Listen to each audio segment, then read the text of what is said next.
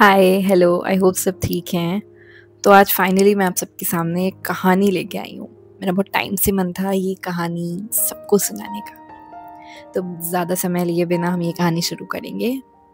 अच्छा, पता है कुछ कहानियाँ ना ऐसी होती हैं जो कभी पूरी नहीं होती, इनकम्प्लीट स्टोरीज़। पर इनकम्प्लीट स्टोरीज़ की एक खासियत होती है, ये हमारे दिल के एक कोने में हमेशा के लिए अपनी जगह बना लेती हैं। तो आज की कहानी भी कुछ ऐसी है और इसका नाम है एक मजाक एक कहानी। तो चलिए शुरू करते हैं। पता है कभी कभार ना एक मजाक हमारी लाइफ को उस स्टेज पे लाके खड़ा कर देता है या उस मोड़ पे लाके खड़ा कर देता है जहाँ से हम वापस नॉर्मल ज़िंदगी में नहीं जा पाते, जहाँ से वापसी उतनी इजी नहीं होती। ये कहानी भी एक लड़की की है जो अपने करियर को लेके बहुत डेडिकेटेड थी। फिर एक दिन उसकी मुलाकात होती है यश से।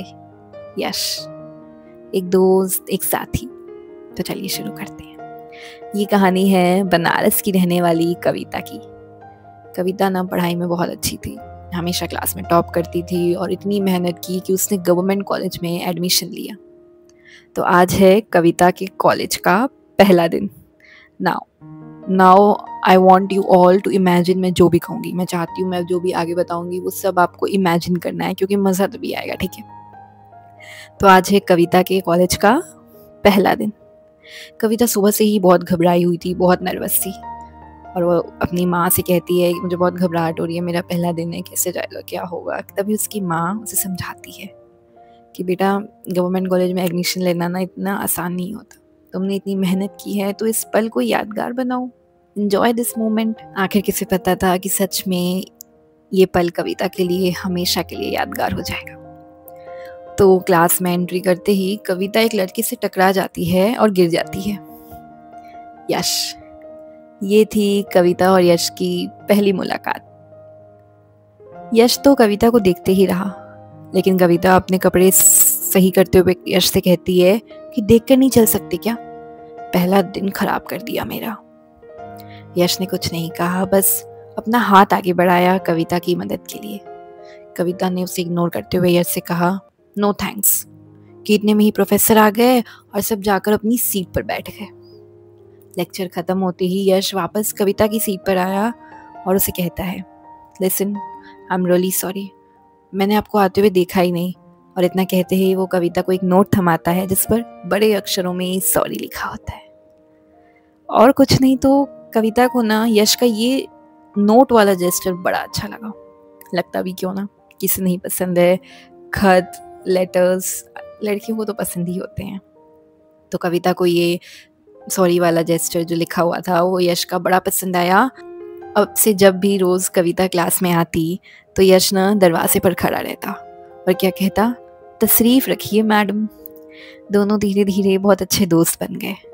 दोनों की बहुत बातें होने लगी थी, साथ में लंच करते, साथ में लेक्चर डिस्कस करते, बहुत अच्छे दोस्त बन गए थे दोनों। अब इन सब के बीच ना कविता को एक अलग सा एहसास हुआ। उसे एहसास हुआ कि यश शायद उसके लिए दोस्त से कुछ बढ़कर है। पर कविता ने ना इस थॉट को, ये जो उसके मन में विचार आया, उसे ज़्यादा इम्पोर्टेंस ही नहीं दी, क्योंकि कविता ने कभी भी प्यार के बारे में नहीं सोचा था। उसने हमेशा से ही अपने करियर को इतना ज़्यादा इम्पोर्टेंस दिया था, उसके लिए प्यार शायद एक डिस्ट्रैक्शन ही था। तो उसने इस थॉट को, इस विचार को, या कह लो अपनी फीलिंग को इग्नोर किया। अब आते हैं एक हफ्ते बाद। कुछ एक हफ्ते की बात है और शाम का टाइम हो रहा था, लगभग 7-8 बज रहे थे। कविता को यश का कॉल आता है। कविता उठाती है और यश उससे कहता है कि तू इतने दिन से कॉलेज क्यों नहीं आ रही, 3-4 दिन हो गए हैं, तुझे देखा ही नहीं यार, इतनी याद आ रही है ना मुझे तुझे, I miss you so much. और कविता को ये I miss you so much सुनते ही ना कुछ अलग से एहसास हुआ। खैर फिर कविता ने उससे उस एहसास को इग्नोर किया। फिर करीब 10-15 मिनट यश और कविता की बात हुई कॉल पे, और उसके बाद कविता ने यश से कहा कि अच्छा चलो अब मैं चलती हूँ, कल मिलते हैं कॉलेज में। कि उतने में ही यश ने कविता को रोका और यश ने कविता से कहा, कविता मुझे ना तुमसे कुछ कहना है, कुछ इम्पोर्टेंट बात थी और मैं बिना कहे रह नहीं सकता, बहुत ज़रूरी है कहना। कविता, आई रियली लव यू। मुझे ना मैंने ना पहली बार किसी लड़की के साथ इतने लंबे समय तक बात की है। मुझे नहीं पता कि तुम क्या कहोगी, शायद हमारी दोस्ती भी ख़राब हो जाए, पर पता है तुम इन 2-3 दिनों में जब कॉलेज नहीं आ रही थी ना, तो मुझे ऐसा महसूस हुआ जैसे मैं अकेला हो गया हूँ। और मुझे यह एहसास हुआ कि मैं तुमसे बहुत प्यार करता हूँ कविता। तो मेरी वो दोस्त हो जो मुझे अच्छी तरह से समझती है। आई डोंट नो तुम क्या कहोगी, पर मैं बस इतना कहना चाहता हूँ कि आई रियली लव यू। कविता ने गहरी सांस ली और उसने यश से कहा, यश मैं बहुत खुश हूँ। मुझे नहीं पता था कि यूनिवर्स ऐसे रिश्ते बनाती है। यूनिवर्स हमारी सुनती है। और कविता ना आगे कहने ही जा रही थी कि तभी उसे सामने से हंसने की आवाज़ आई। उसे ऐसा लगा जैसे कॉल पर कोई हंस रहा था। और तभी यश ने कहा, अरे बाबा मैं मजाक कर रहा था कविता, मुझे ना डेयर मिला था ये करने को, और तुम्हारे अलावा मैं किसके साथ ये कर सकता था यार, आखिर तुम मेरी सबसे अच्छी दोस्त हो। वैसे तुम सीरियस हो गई थी क्या कविता? कविता के दिल पे बहुत गहरी चोट लगी थी। उसका दिल ना जैसे टूट सा गया था। पर उसने इस बात का एहसास यश को नहीं होने दिया।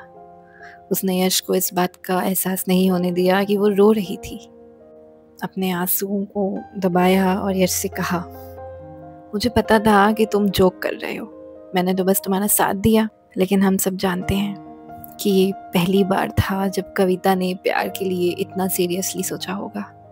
शायद उसने पहली बार अपनी लाइफ में ना प्यार को मौका दिया होगा, किसी को हाँ कहने के लिए सोचा होगा। लेकिन अंदर ही अंदर कविता ये जान चुकी थी कि अब उसकी ये कहानी कभी पूरी नहीं हो पाएगी। यश के लिए उसका प्यार शायद उस तक ही सीमित रहेगा।